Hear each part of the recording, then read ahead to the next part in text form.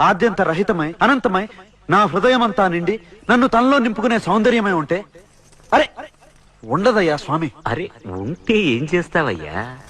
ఆ సౌందర్యానికే దాసోహం అంటాను. అయితేరా చూపిస్తాను. పద చూస్తాను.